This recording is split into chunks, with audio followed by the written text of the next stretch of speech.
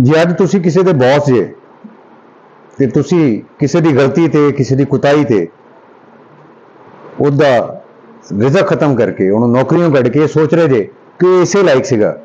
ਉਹਦੀ ਇਹ ਸਜ਼ਾ ਬਣਦੀ ਸੀ। ਤੁਹਾਡਾ ਇੱਕ ਮਹਿਦੂਦ ਅੱਲਾਹ ਪਾਕ ਨੇ ਆਪਣੀ ਦੁਨੀਆ ਦੇ ਵਿੱਚ, ਪੂਰੀ ਕਾਇਨਾਤ ਦੇ ਵਿੱਚ ਦੁਨੀਆ ਹੈ, ਤੇ ਦੁਨੀਆ ਦੇ ਵਿੱਚ ਇੱਕ ਛੋਟੇ ਜਿਹੇ ਮੁਲਕ ਦੇ ਵਿੱਚ ਛੋਟਾ ਜਿਹਾ ਹਿੱਸਾ ਤੁਹਾਨੂੰ ਕਾਰੋਬਾਰ ਦੀ ਕੰਪਨੀ ਦੀ ਸ਼ਕਲ 'ਚ ਦਿੱਤਾ ਹੈ, ਤੇ ਉਹਦੇ ਵਿੱਚ ਤੁਸੀਂ ਉਹਦੇ ਡਿਸਿਪਲਿਨ ਨੂੰ ਮੇਨਟੇਨ ਰੱਖਣ ਲੱਗੇ ਆ ਤੁਸੀਂ ਇੱਕ ਸੈਕਿੰਡ ਲਾਉਂਦੇ ਜੇ। ਤੁਸੀਂ ਕਹਿੰਦੇ ਜੀ ਕਿ ਜੀ ਇਹ ਬੰਦਾ ਮੇਰੇ ਨੁਕਸਾਨ ਦਾ ਬਾਇਸ ਹੈ, ਮੇਰੀ ਡਿਸਿਪਲਿਨ ਮੇਨਟੇਨ ਨਹੀਂ ਸੀ ਕਰ ਰਿਹਾ, ਤੇ ਤੁਸੀਂ ਉਹਦੇ ਜਿਹੜਾ ਨਾ ਉਹ 'ਤੇ ਸਟ੍ਰਿਕਟ ਐਕਸ਼ਨ ਲੈਂਦੇ ਜੇ, ਉਹਨੂੰ ਫਾਰਗ ਕਰ ਦਿੰਦੇ ਜੀ।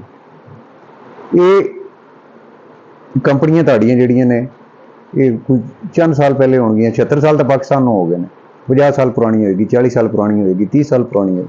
ਚਲੋ ਜੀ ਜ਼ਿਆਦਾ ਤੋਂ ਜ਼ਿਆਦਾ 100 ਸਾਲ ਪੁਰਾਣੀ ਹੋਏਗੀ।